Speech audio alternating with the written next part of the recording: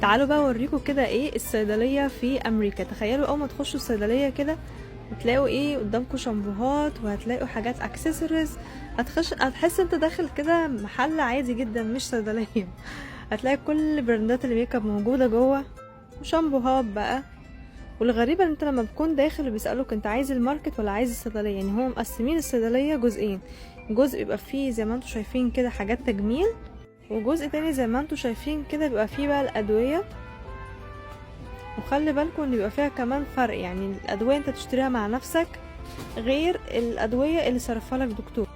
هي دي الصيدليه، يعني لما يكون دكتور صارف لك علاج بتيجي هنا عشان تستلم العلاج. واكتر حاجه بقى تستغربها ان انت لما تلاقي ان بيتباع في الصيدليه خمور عادي جدا، فانت بتبقى انت بيحصل لك ايرور في دماغك، انت مش عارف انت جاي هنا بالظبط عشان ايه. ولقيتهم كمان منزلين حاجات كده ديكوريشن للهالوين داخل الصيدليه برضه. صدق او لا تصدق. وبس كده.